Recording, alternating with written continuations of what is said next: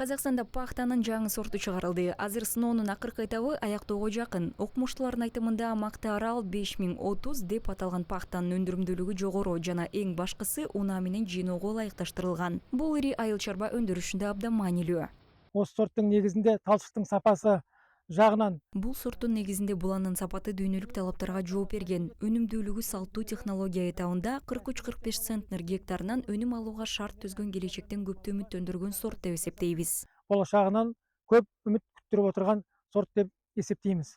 Мактаа Арал 5030 сорту пахта сегментинде өндүрүмдүүлүгүнүн жогорулугу менен гана эмес, туруктуулугу менен да маанилүү орунга ээ. Казакстандык окумуштуулардын иштеп чыгуусу пахтанын коомдук илдетине чалдыкпайт. Бул өзгөчө климаттын өзгөрүшү жана фитосанитардык тобокелдиктерди төмөндөтүү зарылчылыгы шартында актуалдуу. Айыл чарбасынын учурдагы сезонунда жаңы сорт патент алат деп күтүлүүдө.